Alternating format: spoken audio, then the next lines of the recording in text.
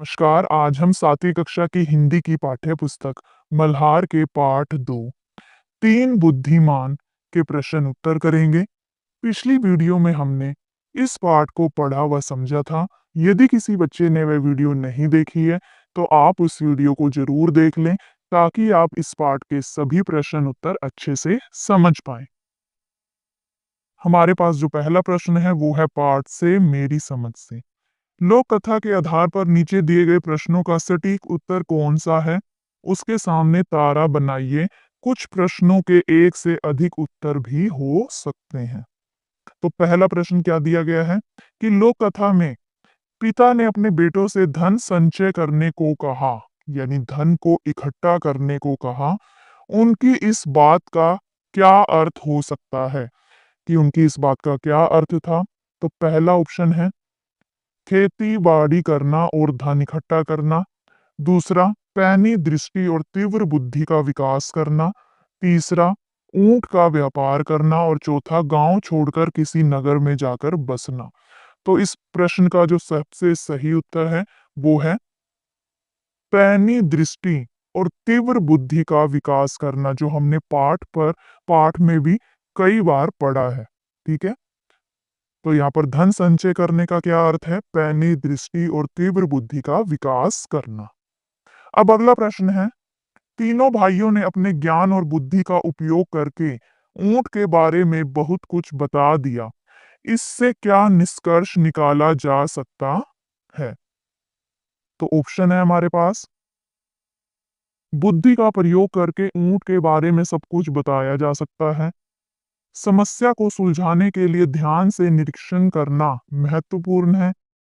किसी व्यक्ति का ज्ञान, बुद्धि और धन ही सबसे बड़ी ताकत है।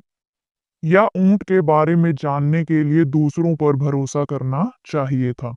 तो इस प्रश्न का जो सबसे सही उत्तर है वो है समस्या को सुलझाने के लिए ध्यान से निरीक्षण करना महत्वपूर्ण है। कि किसी भी समस्या को अगर हम सुलझाना चाहते हैं, हल करना चाहते हैं, तो हमें सोच समझकर ध्यान से उसका उस समस्या को ऑब्जर्व करना होगा। ठीक है, तभी हम समस्या को सुलझा पाएंगे। तीसरा प्रश्न, राजा ने भाइयों की बुद्धिमत्ता पर विश्वास क्यों किया? तो पहला ऑप्शन है कि भाइयों ने अपनी बात को तर्क के साथ समझाया। दूसरा, राजा को ऊंट के स्वामी की बातों पर संदेह था। तीसरा, राजा ने स्वयं ऊंट और पेटी की जांच कर ली थी। और चौथा, भाइयों ने राजा को अपनी बात में उलझा लिया था। तो इस प्रश्न का जो सबसे सही उत्तर है वो है कि भाइयों ने अपनी बात को तर्क के साथ समझाया, यानी बिल्कुल लॉजिक ढंग से अपनी बात को समझाया। फिर अगला प्रश्न है प्रश्न 4, लोक कथा के पात्रों और घटनाओं के आधार पर राजा के निर्णय के पीछे कौन सा मूल्य छिपा है? कि राजा ने जो निर्णय लिया उसके पीछे कौन सा मूल्य छिपा है? तो पहला ऑप्शन है हमारे पास, दोषी को कड़ा से कड़ा दंड देना हर समस्या का सबसे बड़ा समाधान है। या अच्छी तरह जांच किए बिना किसी को दोषी नहीं ठहराना चाहिए। या राजा की प्रत्येक बात और निर्णय को सदा सही माना जाना चाहिए। या ऊंट की चोरी के निर्णय के लिए सेवक की बुद्धि का उपयोग करना चाहिए। तो इन चारों ऑप्शन में से जो सबसे सही उत्तर है वो है कि अच्छी तरह जांच किए बिना किसी को दोषी नहीं ठहराना चाहिए। अब अगला प्रश्न है प्रश्न ख, हो सकता है कि आपके समूह के साथियों ने भिन्न भिन्न उत्तर चुने हों। अपने मित्रों के साथ चर्चा कीजिए कि आपने ये उत्तर ही क्यों चुने। अब जो हमने ऊपर चार प्रश्नों के उत्तर दिए हैं, इन चारों ऑप्शन में से जो हमने अपने उत्तर छांटे हैं, तो हमें बताना है कि हमने ये उत्तर ही क्यों चुने हैं। तो हमारा पहला उत्तर चुनने का कारण है, यहाँ धन का मतलब असली पैसा नहीं। कि धन संचय करने का मतलब ये नहीं है कि असली पैसा, धन दौलत हमें इकट्ठा करनी है, बल्कि बुद्धि और ज्ञान है। ठीक है, यहाँ धन का मतलब असली पैसा नहीं बल्कि बुद्धि और ज्ञान है, जो जीवन में सबसे बड़ा धन है। और दूसरा उत्तर चुनने का कारण है कि कहानी में भाइयों ने ऊंट को देखे बिना उसके बारे में केवल निरीक्षण और तर्क से पता लगाया था। तीसरा उत्तर चुनने का हमारा कारण है, भाइयों की बातें तर्क संगत थी, बिल्कुल लॉजिकल थी और जांच से भी सच साबित हुई थी, और जब जांच की गई थी तब भी बात जो है उनकी, वो निर्दोष साबित हो गए थे। तो हमारा जो उत्तर है कि भाइयों ने अपनी बात को तर्क से समझाया, तो ये बिल्कुल सही है। और चौथा उत्तर चुनने का कारण है कि राजा ने किसी भी निर्णय से पहले पूरी जांच पड़ताल की थी और तभी निष्कर्ष निकाला था। तो हमने जो भी उत्तर चुने हैं वो हमारे बिल्कुल सही हैं। अगला प्रश्न, पंक्तियों पर चर्चा। पाठ में से चुनकर कुछ पंक्तियां नीचे दी गई हैं। इन्हें ध्यान से पढ़िए और इन पर विचार कीजिए। आपको इनका क्या अर्थ समझ में आया? अपने विचार अपने समूह में साझा कीजिए और लिखिए। तो पहली पंक्ति क्या है? रुपए पैसे के स्थान पर तुम्हारे पास पैनी दृष्टि होगी और सोने चांदी के स्थान पर तीव्र बुद्धि होगी। ऐसा धन संचित कर लेने पर तुम्हें कभी किसी प्रकार की कमी न रहेगी और तुम दूसरों की तुलना में उन्नीस नहीं रहोगे। तो हमें बताना है कि हमें इस पंक्ति का क्या अर्थ समझ में आया। इसका अर्थ है कि असली संपत्ति बुद्धि और समझ होती है, भौतिक संपत्ति नहीं। यदि व्यक्ति के पास ज्ञान और तीव्र बुद्धि है, तो वह जीवन में किसी चीज की कमी महसूस नहीं करेगा। फिर अगली पंक्ति हमें दी गई है, हर वस्तु और स्थिति को पूर्णतः समझने और जानने का प्रयास करो, कुछ भी तुम्हारी दृष्टि से बच ना पाए। इसका अर्थ है कि हमें हर बात को गहराई से समझने और ध्यानपूर्वक देखने की आदत डालनी चाहिए, ताकि कोई भी जरूरी बात हमारी नजर से ना छूटे। अगला प्रश्न, हमने अपने परिवेश को पैनी दृष्टि से देखने और बुद्धि से सोचने के प्रयास में बहुत समय लगाया है। तो इस पंक्ति का हमें क्या अर्थ समझ में आया? यह बताता है कि सतर्कता, ध्यान और समझदारी किसी व्यक्ति के लंबे अभ्यास और मेहनत से आती है, अचानक नहीं। अगला प्रश्न, मिलकर करें मिलान। इस लोक कथा में से चुनकर कुछ वाक्य नीचे स्तंभ 1 में दिए गए हैं। उनके भाव या अर्थ से मिलते जुलते वाक्य स्तंभ 2 में दिए गए हैं। स्तंभ 1 के वाक्यों को स्तंभ 2 के उपयुक्त वाक्यों से सुमेलित कीजिए, यानी कि मिलान कीजिए। यह है स्तंभ 1 के वाक्य, ये स्तंभ 2 के। हमें स्तंभ 1 के वाक्यों का मिलान स्तंभ 2 के वाक्यों से करना है, ठीक है? तो पहला वाक्य है, कुछ समय पश्चात पिता चल बसे, यानी कि थोड़े समय के बाद पिता का देहांत हो गया। तो इस वाक्य का मिलान हम इससे करेंगे, ठीक है? इसके आगे आप नंबर 1 भी लिख सकते हैं। फिर अगला वाक्य है, हम कहीं भी क्यों ना हो भूखे नहीं मरेंगे। तो इसका इसका क्या अर्थ है कि हम चाहे जहां भी हों, हमें खाने के लिए कुछ ना कुछ मिल ही जाएगा, ठीक है? फिर तीसरा वाक्य, घुड़सवार ने तीनों भाइयों को शंका की दृष्टि से देखा। इसका मिलान इससे होगा कि घोड़े पर सवार व्यक्ति ने तीनों भाइयों को अविश्वास से देखा, यानी शक की नजरों से देखा। चौथा वाक्य, बचपन से ही हमें ऐसी आदत पड़ गई है कि हम कुछ भी अपनी दृष्टि से नहीं चूकने देते। तो इसका मिलान इससे होगा कि बचपन से ही हमें आदत हो गई है कि हम हर छोटी बड़ी वस्तु पर ध्यान अवश्य देते हैं, ठीक है? और पांचवा है, लोगों के आश्चर्य का कोई ठिकाना न था। तो इसका मिलान इससे होगा कि लोग इतने अचंभित थे कि उनका आश्चर्य व्यक्त करना कठिन था। तो इस तरह से आपको इन पंक्तियों का, इन वाक्यों का मिलान करना है। अगला प्रश्न सोच विचार के लिए, लोक कथा को एक बार फिर से पढ़िए, पता लगाइए और लिखिए। पहला प्रश्न क्या दिया गया है? तीनों भाइयों ने बिना ऊंट को देखे उसके विषय में कैसे बता दिया था? उन्होंने धूल पर ऊंट के पैरों के निशान, रास्ते के किनारे चराई गई घास और जूतों के निशानों का ध्यानपूर्वक निरीक्षण किया और उसी से ऊंट, महिला और बच्चे के बारे में बताया। फिर अगला प्रश्न है, आपके अनुसार इस लोक कथा में सबसे अधिक महत्व किस बात को दिया गया है? तार्किक सोच, अवलोकन या सत्यवादिता? लोक कथा के आधार पर समझाइए। तो इसका उत्तर है तार्किक सोच और अवलोकन को, लॉजिकल थिंकिंग और ऑब्जर्वेशन स्किल को महत्व दिया गया है, क्योंकि भाइयों ने बिना किसी से पूछे अपने निरीक्षण और बुद्धि से सच का पता लगाया कि यहाँ पर अभी ऐसा ऐसा हुआ था। अगला प्रश्न, लोक कथा में राजा ने पहले भाइयों पर संदेह किया, लेकिन बाद में उन्हें निर्दोष माना। राजा की सोच क्यों बदल गई? तो उत्तर है जब भाइयों ने तर्क और प्रमाण के साथ, यानी अपने तर्क और प्रमाण यानी कि पूरे सबूत के साथ अपनी बात साबित कर दी और पेटी में अनार की सही जानकारी दी, तब राजा को विश्वास हो गया कि वे निर्दोष हैं, उन्होंने कुछ नहीं किया। अगला प्रश्न, ऊंट के स्वामी ने भाइयों पर तुरंत संदेह क्यों किया? आपके विचार से उसे क्या करना चाहिए था जिससे उसे अपना ऊंट मिल जाता? तो उत्तर है क्योंकि भाइयों ने बिना पूछे ऊंट की पूरी स्थिति बता दी थी, जिससे वह भ्रमित हो गया।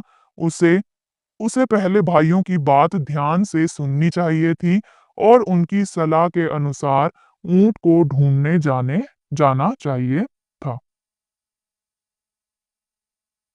अगला प्रश्न, पिता ने बेटों को दूसरे प्रकार का धन संचित करने की सलाह क्यों दी? इससे पिता के बारे में क्या-क्या पता चलता है?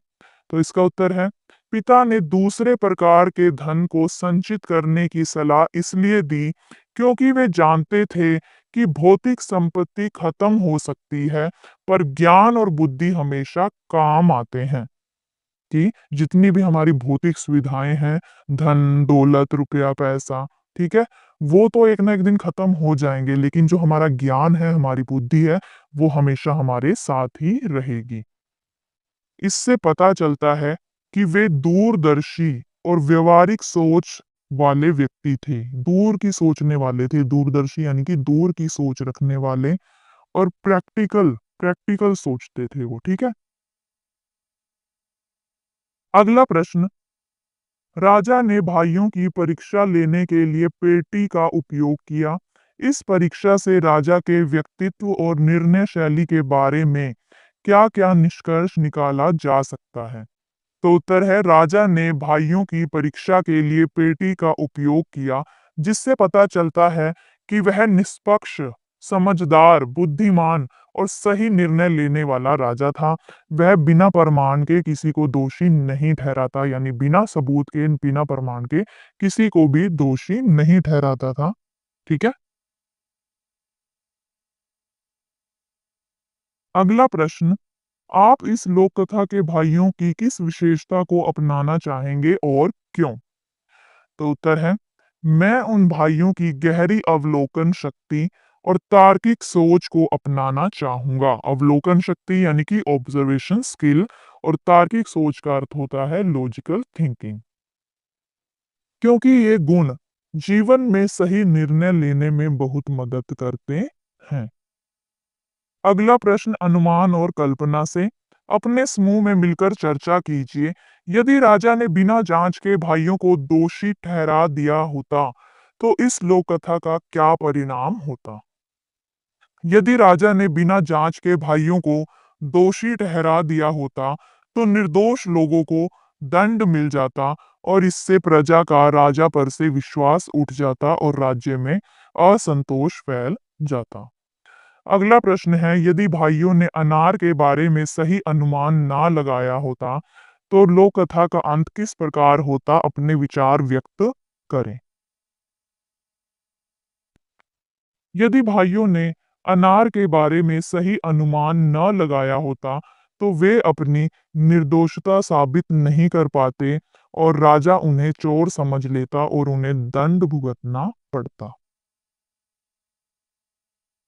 अगला प्रश्न, लोक कथा में यदि तीनों भाई ऊंट को खोजने जाते, तो उन्हें कौन कौन सी कठिनाइयों का सामना करना पड़ सकता था?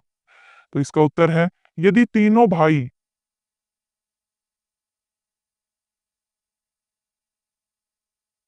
यदि तीनों भाई ऊंट खोजने जाते तो उन्हें रास्ते में भूख, प्यास, थकान और रास्ता भटकने जैसी कठिनाइयों का सामना करना पड़ सकता था।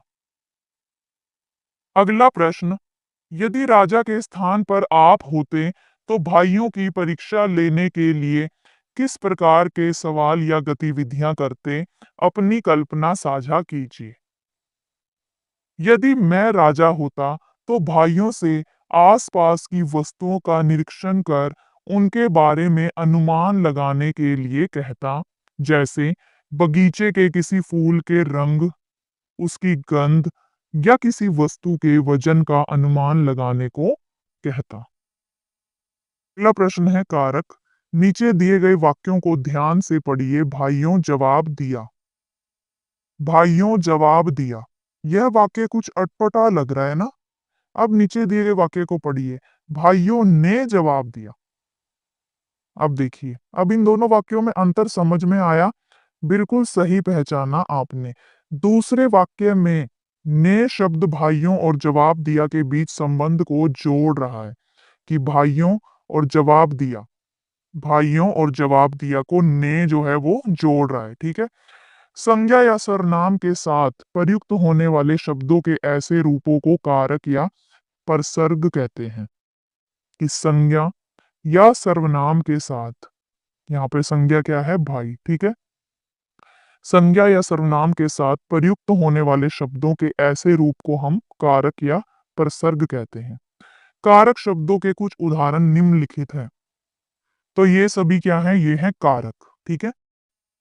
नीचे दिए गए वाक्यों में कारक लिखकर इन्हें पूरा कीजिए। हमने तो तुम्हारे ऊंट को देखा तक नहीं, भाइयों ने परेशान होते हुए कहा। मैं अपने रेवड़ों को पहाड़ों पर लिए जा रहा था, उसने कहा, और मेरी पत्नी मेरे छोटे बेटे के साथ एक बड़े से ऊंट ऊंट पर मेरे पीछे पीछे आ रही थी। राजा ने उसी समय अपने मंत्री को बुलाया और उसके कान में कुछ फुसफुसाया। यह सुनकर राजा यह सुनकर राजा ने पेटी को पास लाने का आदेश दिया। सेवकों ने तुरंत आदेश पूरा किया। राजा ने सेवकों को पेटी खोलने के लिए कहा। तो इस तरह से आपको कारक का प्रयोग करते हुए इन वाक्यों को पूरा करना था। अगला प्रश्न, सूचना पत्र। कल्पना कीजिए कि आप इस लोक कथा के वह घुड़सवार हैं जिसका ऊंट खो गया है। आप अपने ऊंट को खोजने के लिए एक सूचना कागज पर लिखकर पूरे शहर में जगह जगह चिपकाना चाहते हैं। अपनी कल्पना और लोक कथा में दी गई जानकारी के आधार पर एक सूचना पत्र लिखिए। तो यहाँ पर जो खाली जगह आपको दी गई है, यहाँ पर आपको क्या करना है? यहाँ पर आपको सूचना लिखनी है अपने खोए हुए ऊंट के बारे में। ठीक है। तो आप सूचना पत्र इस तरह से लिखेंगे। मेरा ऊंट रास्ते में खो गया है। वह एक आंख से अंधा है, एक दांत टूटा हुआ है और लंगड़ा कर चलता है। ऊंट पर भारी बोझ भी था। जिसने भी उसे देखा हो, कृपा बताएं, इनाम दिया जाएगा। संपर्क करें, अपना नाम और पता। ठीक है। ऊंट के बारे में आपने जानकारी लिख दी कि वो एक आंख से अंधा था, उसका दांत टूटा हुआ है, वो लंगड़ा कर चलता है और उस पर भारी बोझ था। जिस किसी ने व्यक्ति ने भी उसे देखा हो, आप को कहना है कि कृपा बताएं और उसे उचित इनाम दिया जाएगा। और फिर आपको अपना संपर्क, यहाँ पर कि आपसे कैसे संपर्क किया जाए, वो आपको लिखना है, अपना नाम और यहाँ पर आपको अपना पता लिखना है। ठीक है। तो इस तरह से आपको सूचना पत्र लिखना है। पाठ से आगे आपकी बात। लोक कथा में तीन भाइयों की पैनी दृष्टि की बात कही गई है। क्या आपने कभी अपनी पैनी दृष्टि का प्रयोग किसी समस्या को हल करने के लिए किया है? उस समस्या और आपके द्वारा दिए गए हल के विषय में लिखिए। हाँ, मैंने भी अपनी पैनी दृष्टि का प्रयोग एक बार तब किया था, जब घर में अचानक पानी का पाइप लीक हो गया था। सब लोग सोच रहे थे कि पाइप फट गया है, लेकिन मैंने ध्यान से देखा कि केवल नट ढीला था। मैंने उसे कसकर समस्या हल कर दी। इससे समय और पैसे दोनों की बचत हुई। अगला प्रश्न, लोक कथा में बताया गया है कि भाइयों ने बचपन से हर वस्तु पर ध्यान देने की आदत डाली। यदि आपने ऐसा किया है, तो आपको अपने जीवन में इसके क्या-क्या लाभ मिलते हैं? तो उत्तर है, जब से मैंने चीजों पर ध्यान देना शुरू किया, मुझे छोटी-छोटी गलतियां जल्दी नजर आने लगी। पढ़ाई में भी मैंने प्रश्नों को ध्यान से पढ़ा, तो कम गलतियां हुई। इसके अलावा मैं लोगों की भावनाओं को भी जल्दी समझने लगा हूं, जिससे रिश्ते मजबूत हुए हैं।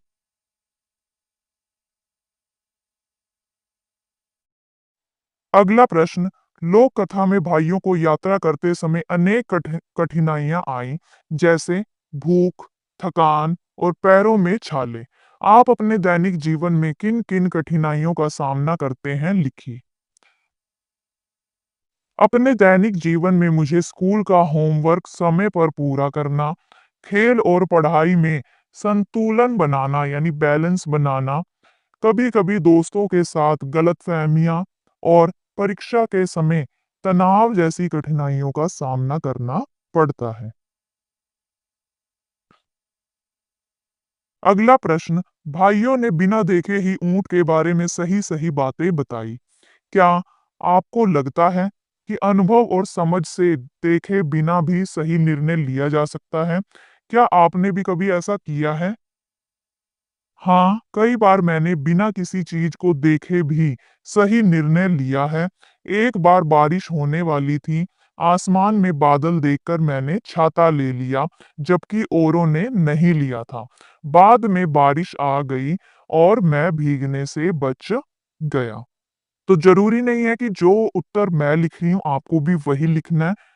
आपको इन प्रश्नों का उत्तर अपने अनुभव के आधार पर बताना है कि क्या आपके साथ ही ऐसी घटना कभी घटी है, वो आपको यहाँ पर लिखना है, ठीक है?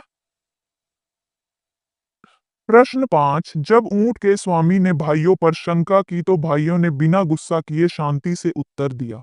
क्या आपको लगता है कि कभी किसी को संदेह होने पर हमें भी शांत रहकर उत्तर देना चाहिए? क्या आपने कभी ऐसी स्थिति का सामना किया है? ऐसे में आपने क्या किया? हाँ, एक बार स्कूल में किसी ने मुझ पर अपनी किताब खो जाने का आरोप लगाया। मैं गुस्सा नहीं हुआ और शांति से अपनी बात समझाई। बाद में किताब किसी और के बैग से मिली। शांत रहने से बात जल्दी संभल गई। प्रश्न 6, राजा ने भाइयों की बुद्धिमानी देखकर बहुत आश्चर्य व्यक्त किया। क्या आपको कभी किसी की सोच समझ या किसी विशेष कौशल को देखकर आश्चर्य हुआ है? क्या आपने कभी किसी से कुछ ऐसा सीखा है जो आपके लिए बिल्कुल नया और चौंकाने वाला हो? तो उत्तर है, मेरे एक दोस्त ने बिना किसी की मदद के एक टूटी हुई साइकिल को ठीक कर दिया था। मैं बहुत प्रभावित हुआ और उससे सीखा कि कैसे छोटी-छोटी चीजों को सही किया जा सकता है। आज भी कभी-कभी मैं छोटी-मोटी मुरम्मत खुद कर लेता हूँ। प्रश्न 7, लोक कथा में पिता ने अपने बेटों को यह सलाह दी कि वे समझ और ज्ञान जमा करें। क्या आपको कभी किसी बड़े व्यक्ति से ऐसी कोई सलाह मिली है जो आपके जीवन में उपयोगी रही हो? क्या आप भी अपने अनुभव से किसी को ऐसी सलाह देंगे? उत्तर है, मेरे दादाजी ने मुझे सलाह दी थी कि समय का सदुपयोग करो, क्योंकि समय कभी लौटकर नहीं आता। इस सलाह ने मुझे हमेशा पढ़ाई और अन्य कामों के लिए समय प्रबंधन सिखाया है कि किसी काम को हमें कैसे समय पर करना चाहिए। मैं भी दूसरों को यही सलाह दूंगा कि समय को व्यर्थ ना गवाएं। प्रश्न 8, भाइयों ने अपने ऊपर लगे आरोपों के होते हुए भी सदा सच्चाई का साथ दिया। क्या आपको लगता है कि सदा सच बोलना महत्वपूर्ण है, भले ही स्थिति कठिन हो? कठिन क्यों ना हो? क्या आपको किसी समय ऐसा लगा है कि आपकी सच्चाई ने आपको समस्याओं से बाहर निकाला हो? हाँ, एक बार मैंने गलती से घर का एक सामान तोड़ दिया था। मैंने डरने के बजाय सच बता दिया। शुरुआत में डांट पड़ी, लेकिन बाद में सबने मेरी ईमानदारी की सराहना की, तारीफ की। मेरी सच्चाई ने मुझे घरवालों के भरोसे के और करीब ला दिया, यानी कि उस दिन से वो मुझ पर और भरोसा करने लगे। अगला प्रश्न है ध्यान से देखना, सुनना, अनुभव करना। बचपन से ही हमें ऐसी आदत पड़ गई है कि हम किसी वस्तु को अपनी दृष्टि से नहीं चूकने देते। हमने वस्तुओं को पैनी दृष्टि से देखने और बुद्धि से सोचने के प्रयास में बहुत समय लगाया है। तो ये प्रश्न केवल आपकी एक्टिविटी के लिए है। इस लोक कथा में तीनों भाई आसपास की प्रत्येक घटना, वस्तु आदि को ध्यान से देखते, सुनते, सूंघते और अनुभव करते हैं। अर्थात अपनी ज्ञानेंद्रियों और बुद्धि का पूरा उपयोग करते हैं। ज्ञानेंद्रियां 5 होती हैं, ठीक है? आंख, कान, नाक, जीभ और त्वचा, ठीक है? ये 5 क्या है? हमारी ज्ञानेंद्रियां हैं, ठीक है? आंख से देखकर, कान से सुनकर, नाक से सूंघकर, जीभ से चखकर और त्वचा से स्पर्श करके हम किसी वस्तु के विषय में ज्ञान प्राप्त करते हैं। आइए अब एक खेल खेलते हैं जिसमें आपको अपनी ज्ञानेंद्रियों और बुद्धि का उपयोग करने के अवसर मिलेंगे। हाँ या नहीं प्रश्न उत्तर खेल, ठीक है? इस प्रश्न जो भी प्रश्न पूछे जाएंगे उसमें आपको हाँ या नहीं में उत्तर देना है। तो पहला चरण है, एक विद्यार्थी कक्षा से बाहर जाकर दिखाई देने वाली किसी एक वस्तु या स्थान का नाम चुनेगा, ठीक है? कक्षा के भीतर से भी कोई नाम चुना जा सकता है। फिर विद्यार्थी वापस कक्षा में आएगा और उस नाम को एक कागज पर लिख लेगा, ठीक है? उसने एक नाम सोच लिया और उसे फिर कक्षा में आकर उस नाम को कागज पर लिख लिया, लेकिन ध्यान रहे वह कागज पर लिखे नाम को किसी को ना दिखाए।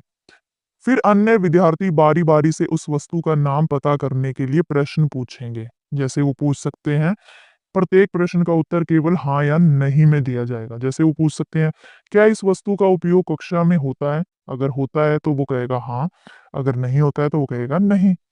क्या यह खाने पीने की चीज है? कि जो तुमने पर्ची में लिखा है वो क्या खाने पीने की चीज है? क्या यह लकड़ी से बनी है? क्या यह बिजली से चलती है? इस तरह के प्रश्न बच्चे पूछेंगे उस पर्ची में लिखे नाम को पता करने के लिए। सभी विद्यार्थी अधिकतम 20 प्रश्न ही पूछ सकते हैं, इसलिए उन्हें सोच समझकर प्रश्न पूछने होंगे ताकि वे उस वस्तु का नाम पता कर सके। यदि 20 प्रश्नों के अंदर विद्यार्थी वस्तु का सही अनुमान लगा लेते हैं, गैस कर लेते हैं, तो वे जीत जाएंगे। अब दूसरे विद्यार्थी को बाहर भेजकर गतिविधि दोहराएं। अगर उन्होंने गैस कर लिया, फिर दूसरे बच्चे की बारी आएगी। अब दूसरा बच्चा बाहर जाएगा, वो भी इस गतिविधि जो भी अभी हमने ऊपर करी उसे दोहराएगा, ठीक है? गतिविधि के अंत में सभी मिलकर इस खेल से जुड़े अपने अनुभवों के बारे में चर्चा करें कि उन्हें ये एक्टिविटी, ये गतिविधि कैसी लगी।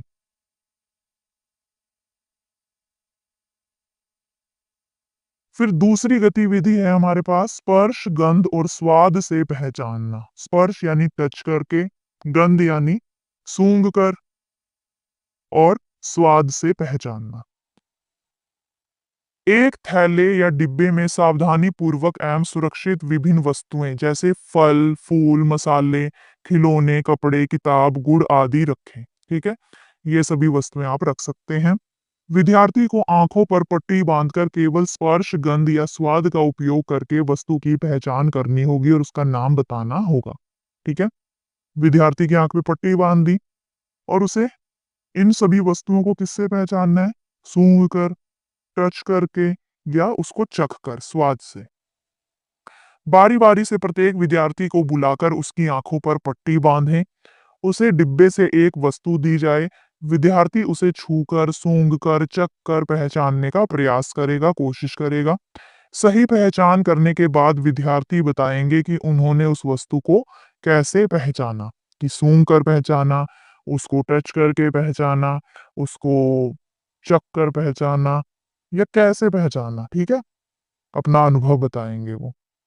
एक एक करके सभी विद्यार्थियों को अलग अलग वस्तुओं को पहचानने का अवसर मिलेगा, मौका मिलेगा। अंत में सभी वस्तुओं को कक्षा में दिखाएं और उनके बारे में चर्चा करें कि किस वस्तु को पहचानना आसान या कठिन लगा। तो ये बहुत ही अच्छी एक्टिविटी है। तो आप इसे कक्षा में जरूर कीजिएगा या अपने मित्रों के साथ समूह में जरूर कीजिएगा। आज की पहेली। आपने पढ़ा कि तीनों बुद्धिमान भाई किस प्रकार अपने अवलोकन से वे बातें भी जान जाते थे जो अन्य लोग नहीं जान पाते। अब आपको अब आपके सामने कुछ पहेलियां प्रस्तुत हैं जहां आपको कुछ संकेत दिए जाएंगे। संकेतों के आधार पर आपको उत्तर खोजने हैं। तो पहली है, कौन है यह प्राणी? इसकी लंबी पूंछ होती है जो पेड़ों की शाखाओं के चारों ओर लिपटी रहती है। इसका मुख्य आहार कीट और छोटे जीव होते हैं जिन्हें यह चुपके से पकड़ता है। यह प्राणी अपने परिवेश में घुल मिल जाता है और अपनी रंगत को बदल सकता है, अपना रंग बदल सकता है। इसके पास तेज आंखें होती हैं जो जो चारों दिशाओं में देख सकती हैं। तो हमें बताना है कि ऐसा प्राणी कौन सा है जिसकी लंबी पूंछ होती है और उसका आहार जो है छोटे कीट जीव और कीट होते हैं और वो अपने परिवेश में घुल मिल जाता है, अपना रंग बदल देता है। तो रंग कौन सा प्राणी बदलता है? वो है गिरगिट। ठीक है। और पूंछ भी उसकी लंबी होती है। अब अगली पहेली है, रंगीन डिब्बे।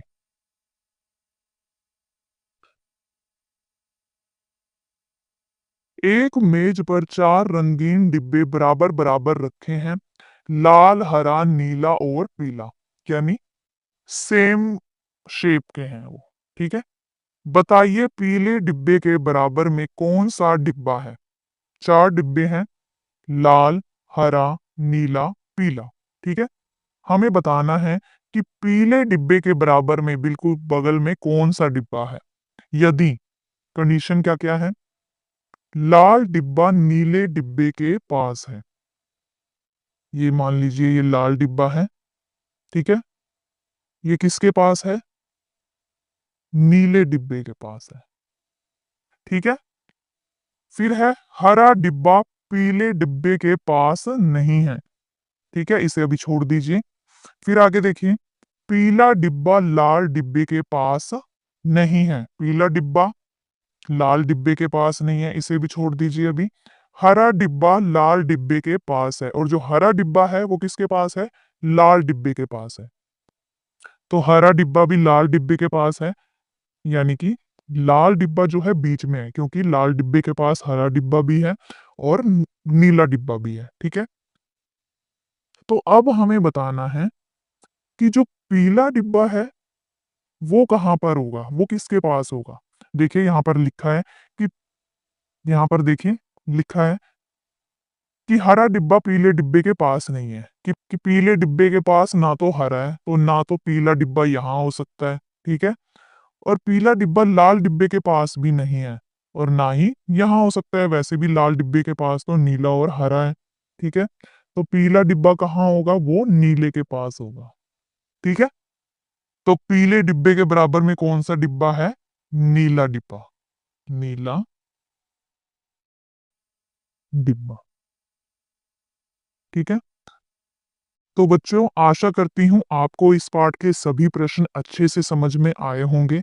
अगर आपका कोई भी डाउट है, अगर कोई भी प्रश्न आपको समझ में नहीं आया है, तो आप कमेंट करके ज़रूर मुझे बताइएगा।